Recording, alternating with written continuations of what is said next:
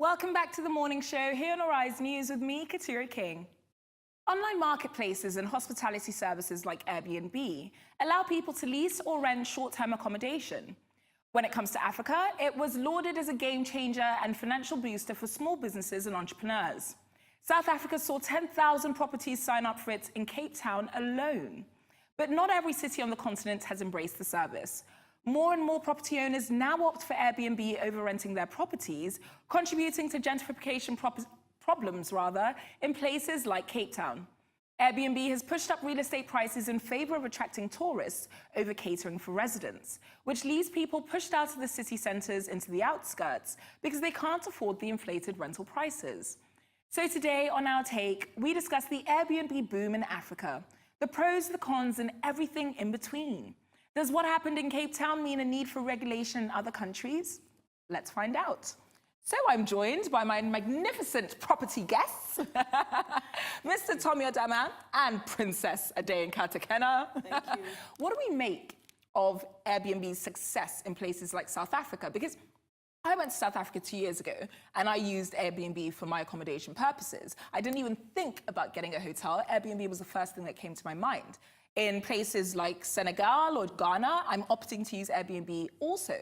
But in other countries, I wouldn't even think about it. I would only go to a hotel service. So what do we make about Airbnb's success in certain countries in Africa over the others? For me, first, it has to do with safety and it has to do with the culture. Nigeria has a very, very steep culture in terms of rental. So people are more accustomed to renting their property to long term. Very true. Maybe because of how much you get in the beginning and then a lot, but it also has to do with regulations in terms of what the regulations are. So for me, sometimes Nigeria, it might take us a minute, but once we catch up on it, you know how we go. But it's interesting because I have a flat in Lagos and I initially thought to myself, let me put this up on Airbnb because I travel so often and I have a second bedroom that I don't use and, make some extra money out of it. And halfway through the registration process, I was like, nah, I don't want anyone in my space. Besides, TIA, this is Africa. Yes. So, Mr. Tommy Adama, what is your take on services like Airbnb? Why are they not successful in places like Nigeria? First and foremost, I want to array your fears. At Luxury Villa Group, one of our subsidiaries is called Villas and Butler. We run the same kind of business model like Airbnb. As a matter of fact, about 2 weeks from now, we're going to be launching a purpose-built shortlist services structure in Lekki Phase 1, very close to Tantalizer, called Apartment 1313. We're already running this model, but the only difference, I just want to give you a background. The only difference is that Airbnb is an international company and they have the resources to make all the noise. I want to say Airbnb cannot succeed in Nigeria. It's already succeeding. I think there's a company that was running a similar model called Amara. Amara was doing the same. Now, back here in Nigeria, the major challenge we have is what my colleague just made reference to, is a cultural thing. You were able to use Airbnb in South Africa, apparently, from the way I look at you, maybe your exposure. You've gotten the exposure. Awareness is a big problem. But by the time people get to know, have enough awareness about the services of Airbnb over the conventional hotel system, I think they will embrace it.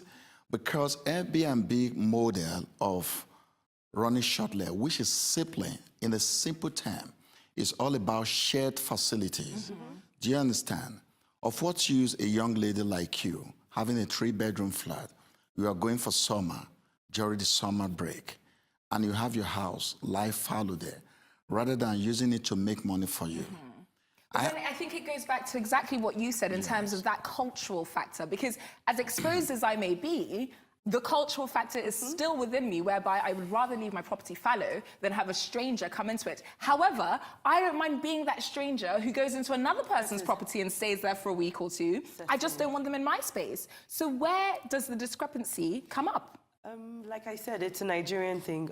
We like our space. And then, but the truth is, if you look at it, if you look at it in another way, we already share apartments. Correct. We are a community-based kind of nation. Correct. Where we live in big groups. So we're not really far from it. I think, like he said, it's just the awareness. It's not really prevalent yet. So more people need to be aware of the structure.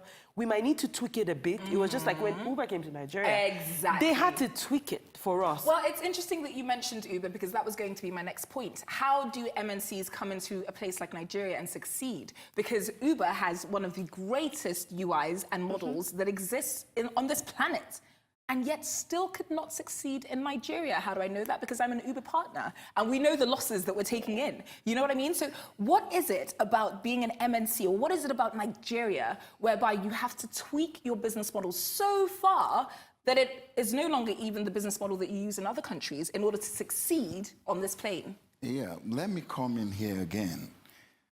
The problem Uber is facing in Nigeria is not peculiar to our environment. Uber is facing the same problem right now in UK. I understand those are two different problems. One is to do with licensing and the other is just to do with the country, the country's political climate. No. It's not peculiar to us because I also know countries like Spain, Uber were having their own challenges. I don't want to go into the details so that I'm not here to demarcate them. Okay. Well, let's move away from talking about company names because the focus is not on the companies itself. The focus is on the argument, which is what is it about MNCs and their business models that they have to, why do they need to tweak it so drastically in order for them to succeed in a place like Nigeria? Whether or not you call it Uber or you call it Airbnb, we're focused on Airbnb because we're having a property-led discussion today. But the fact still remains that it is not as successful in Nigeria as it is in other African markets. My question is, why? You're talking of Uber now, or you're still talking of Airbnb? We're talking Airbnb, but we're talking generally. Okay, generally, let me tell you something. I think it's about the policies. It has to do with government policies. If the government policies of any country does not align with their own business model, there is no way it's going to succeed here, because there is no country that lives in isolation. We refuse to do things the way things are done, world over. So if you want Uber to succeed or Airbnb to succeed, there are other factors that have to come to play. Of course. For instance, you talk of infrastructure. Do you want to run an Airbnb business model that will succeed in Nigeria? You need stable electricity. Exactly. For instance, if you're going to be spending so much money to power your apartment, that means you're going to be building that into your overheads, right? And then you look at the cost implications in other countries. For example, Cape Town, you could rent a gorgeous property for $100 and something a day. In Nigeria, the cheapest property that I saw of the same caliber was $250 a day. Wow. And that is because of things like you just said, which are these cost implications that you have to factor in, like generator costs. Exactly. So the cost implication is a problem. Yes. Because you have to, for you to get to your bottom line, you have to factor in these challenges. Absolutely. So in terms of things like gentrification then, so in Cape Town, we're seeing that Airbnb is forcing a lot of black occupants out of the properties that they could once afford and is allowing for only Caucasian occupants to really move in and be able to afford these properties due to the property boom and increased prices. But because Airbnb has not yet reached its successful pinnacle in Nigeria, we're not seeing that here. Now, do we think that this is a pro or a con? Is it better for the economy to have more people renting? Or is it a con because you're forcing people who used to live in that area out into the suburbs? I mean, everything has its own basic dynamic. One of the things that I learned as a young business owner is there is a Nigerian way of doing things. The Nigerian factor. Let me give you an example, sir. I do coffee, right? I realized that if I did coffee the way Starbucks did it, Nigerians might not accept it because we have our own palate. Yes. There's a way we like, if jollof rice is not burnt, it is not jollof rice. So I brought down my coffee to ensure that I tweaked it to the Nigerian taste palette. Yeah. Everything has to be, we can't assume that every Nigerian, we are not like the rest of the world. Very true. So whatever business that you're doing, you must tweak it to ensure that you can't assume that the Nigerian consumer is this way. They're very intelligent, but not informed. So everything that we do, we need to realize if Airbnb succeeds in Nigeria, it's going to have its own dynamics. We are going to have gentrification. We had it in Morocco. I think Very let me true. come in here. It's gonna- I like that. I like that point. We see- are unfortunately running out of time, so I will have to ask you for your last and final thoughts in 10 seconds or less.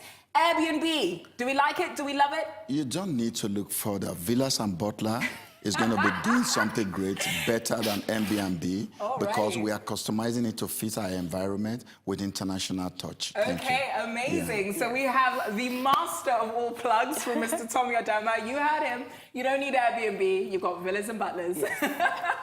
And that brings us to the end of the morning show today. Thanks once again to my wonderful guests, Mr. Tommy Adama and Princess Ade Nkatakena, for joining me, Katira King. And of course, thanks to you at home for watching. From my entire team and I here in Lagos, all that's left for me to say is enjoy the rest of your morning and, of course, the rest of your day. Goodbye.